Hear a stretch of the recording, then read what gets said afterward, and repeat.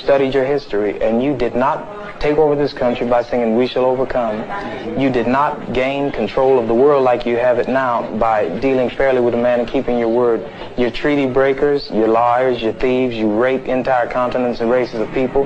Then you wonder why these very people don't have any confidence or trust in you. Your religion means nothing. Your law is a farce, and we see it every day. You demonstrated it in Alabama. And I can say you because you're part of the whole system. You profit from it. In fact, you make your living from it. You couldn't walk around and talk to people, stand up in your pulpit on Sunday and preach nice little songs and say, now we're going to give thanks to the Lord for he is good and old Jesus be among us. As far as we're concerned, your Jesus is contaminated, just like everything else you've tried to force upon us is contaminated. Various issues just before we started. You said you were up till 4 in the morning? Yeah, so, actually a little more like 5 in the morning. But okay. We got the XAI data center, or supercomputer center, training from beginning installation to start of training in 19 days, which is the fastest that anyone has ever gotten a supercomputer to train. And is that in that new building off to the side? That's in Memphis, actually. It's in Memphis? Yeah. Oh, so that's where you were? Yeah. I see. Memphis, the capital of ancient Egypt. Right. Yeah, you're bringing what? Perhaps that's where our new God will come from. Yeah, no kidding. No kidding. Yeah, I wish that was funny. Yeah, okay, so I want to talk to you about alignment. I wish that was funny. Yeah, right.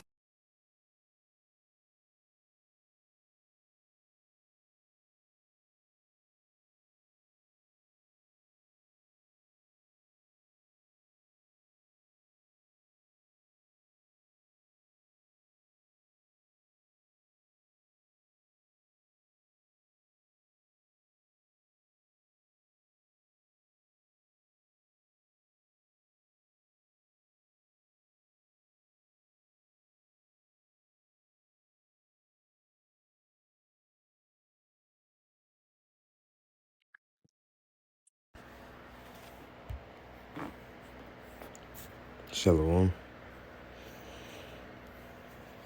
I want to give all praises to Yahweh, Bahashem Yahushai, Bahashem Rakakadash. Double honors to the apostle of the great millstone who rule well and teach well. And the like-minded brothers of GMS. I'm going to go into this. I'm bringing out Job 9:24. The earth is given into the hands of the wicked. He covered his faces of the judges thereof. If not, where and who is he? I want to go over who Esau is. Like you saw in the previous videos of Elon Musk and the micro C-hip that they want to implant all over the world, and the weapons and devices that they wish to use that the Lord has been gifted them, and how we shouldn't be focused on them feeling so up and understanding where they're going to come in this destruction. And so what I want to bring out, let's go to Psalms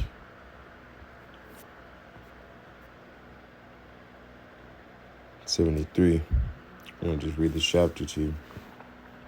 This is a psalm of Asaph. Truly the Most High is good to Israel, even to such as are of a clean heart. But as for me, my feet were almost gone, and my steps had well nigh slipped. For I was envious at the foolish when I saw the prosperity of the wicked. For there are no bands in their death, but their strength is firm.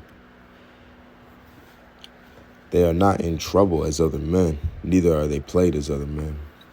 And just so far, these couple of scriptures right here are just talking about, like, hey, you know, you can catch yourself slipping by, like, being envious of Esau, you know, like feeling like they up when it's their time to be, and trying to have what they have now is just not the way right now, because what's coming to them, the scriptures say, roughly paraphrasing, that the devil walks about like a roaring lion, seeking destruction, because he understands that he has a short amount of time, you know. And for there are no bands in their death, but their strength is firm. You know, it's just going into, like, it's almost like they have the full control. They get everything. They don't have to worry about nothing and whatnot. And even their bodies that they have, it seems like they can get to a level of physique that even some of us Jakes can't, even though we're made closer to the Lord's physique, you know. But they're not in trouble as other men, and neither are they plagued like other men. And that's apparent when you see all these accounts of these police officers or senators or even celebrities that get into these scandals with, with underage individuals, whether they be little boys or little girls, whether the police are abusing their authority or, I mean, when has the Pentagon ever passed an audit? Ain't nobody smacking their hands around because it's their kingdom. They don't have to worry about nothing, Therefore, pride compasseth them about a chain. Violence covered them as a garment. And that's the thing. Esau is made for violence. He loves it, He's the direct descendant of Cain, And their eyes stand out with fatness. They have more than the heart could wish. They are corrupt and speak wickedly concerning oppression. They speak loftily. They set their mouth against the heavens, and their tongue walketh through the earth. And, that's just them. They just talk smack about the Lord all day, all night. They so comfortable where they are. They think they're really him, Therefore, his people return hither, and waters of a full cup are wrung out to them. And they say, how doth the Most High know? Is there any knowledge in the Most High? Behold, these are the ungodly who prosper in the world. They increase in riches. And it's just saying how much they scoff at the Lord, and they don't even take any reverence into the might and power of Yahweh Hashem Yahweh Shai, because they're not going to. They're made to be evil. They're perfect on their side, which is wickedness, pure wickedness. And verily, I have cleansed my heart in vain and washed my hands of innocency. And this is just going about how sometimes we can feel inside of this, where sometimes we have a spiritual low where we really just feel down, and sometimes it may feel like, man, they so up right now, and I'm just down. I'm living check to check, and they don't even they just print their own money, or some situations like that. But that's a demon on you. Want to rebuke that as much as fervently as possible. You don't want to have none of that within your spirit in these times whatsoever. And for all the day long I have been plagued and chastened every morning. If I say I shall speak thus, behold, I shall offend against the generation of thy children. When I thought to know this, it was too painful for me, until I went to the sanctuary of the Most High. Then I understood therein. Sincerely, though, you didst them in slippery places, thou castest them down to destruction. And hold on, let me go ahead and pull this up in the notes as well. Verses. Yeah. Verse 14, I get nothing but trouble all day long, and every morning brings me pain. If I had spoken this way to others, I would have been a traitor to your people. So I tried to understand why the wicked prosper, but what a difficult task it is. I mean, how many of us have felt this when we first came into this truth? And even sometimes, or I don't know for the other brothers, but, maybe this is an occasional thought or a demon that may try to enter our spirits in these times. At any given point, this is the things that we need to rebuke and stay focused in this truth of ministry, and not let our faith or our focus be shifted in these times. Until I went to the sanctuary of the Most High, then I understood their end. Surely thou didst set them in slippery places, and thou castest them down into destruction. Because look at what Esau is doing. He's getting complacent in these times. He's getting mad comfortable, thinking that he really ruling this thing. And he's over, like Elon Musk said, talking about how, maybe this is where we're going to get our new God from. Well, the Lord described himself as a jealous God. So you want to go ahead and, granted, he's not a Jake. He's Esau Edom. But the Lord still don't take disrespect like that. you know? So he's definitely going to show his hand. And he's finna wipe this whole world out and start knocking these fools loose. Because they want to come out here and act like, you know, the Lord's sweet out here. But that's not the case. Verse 20.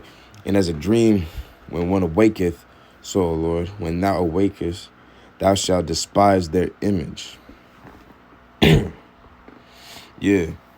And just like it's saying in the NLT, when you arise, O Lord, you will laugh at their silly ideas as a person's laugh is in a dream in the morning. I mean, that's pretty cut and dry. I like that, though. The Lord is just finna laugh as he's destroying Esau, Edom, and the 2/3 of the wicked of this world, you know, the ones that choose to get that mark, an implantable device the size of the grain of rice, one where, you know, that's the only way that you're going to be able to buy anything inside of this world. And this mark is going to, as the elder brothers like to bring out, and the elder apostles as well, that the mark is going to come before nuclear destruction. So in order for prophecy to play out, the mark has got to come before the nukes. You know, and before the nukes, obviously, is war. So it's going to be mark, war, and nuke. You know? So, and thus my heart was grieved, and I was pricked in my reins. So foolish was I and ignorant, and as a beast before thee. Nevertheless, I am continually with thee. Thou hast holden me by my right hand. Thou shalt guide me with thy counsel, and afterward receive me to glory. Who have I in heaven but thee? And there is none upon the earth that I desire beside thee. My flesh and my heart faileth, but the Most High is strength in my heart and my portion forever.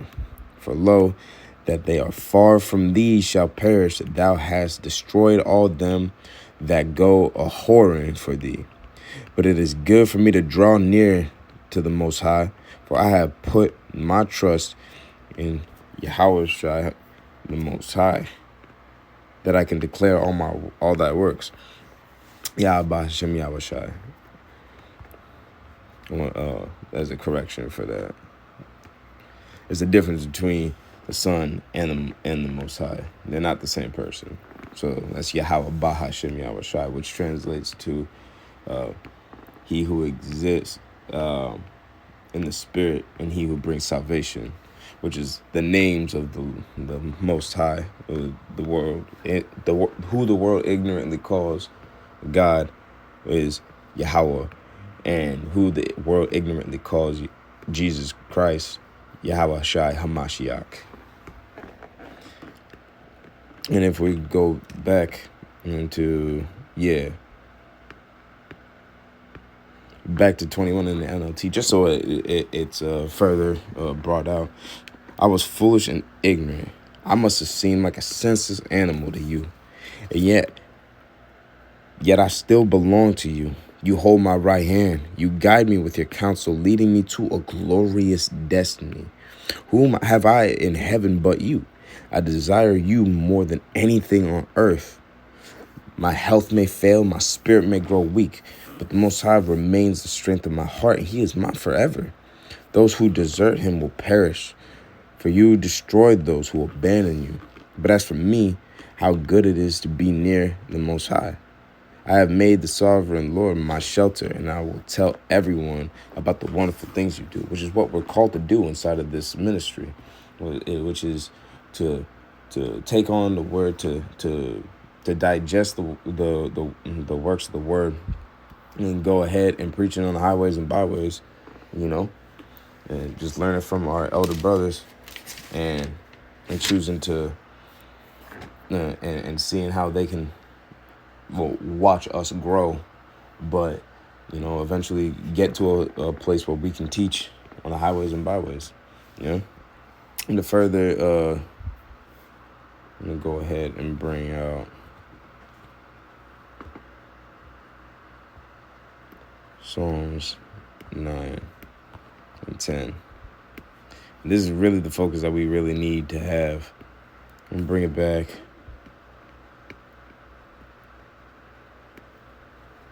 Yeah, actually, let's start from the beginning. for the beginning of Psalms 9. I will praise thee, O Yahweh, with my whole heart. I will shew forth all thy marvelous works. I will be glad and rejoice in thee. I will sing praise to thy name, O thou most high. When mine enemies are turned back, they shall fall and perish at thy presence. For thou hast maintained my right and my cause. Thou sayest in the throne, judge and right. Thou hast rebuked the heathen. Thou hast destroyed the wicked, and thou hast put out their name forever and ever. O thou enemy, destructions are come to a perpetual end, and thou hast destroyed cities. Their memorial is perished with them. But Yahweh shall endure forever. He hath prepared his throne for judgment, and he shall judge the world in righteousness, and he shall minister judgment to the people in uprightness. Yahweh also will be a refuge for the oppressed, a refuge in times of trouble. All going into Jacob's trouble and the implementation of the charagma, you know, the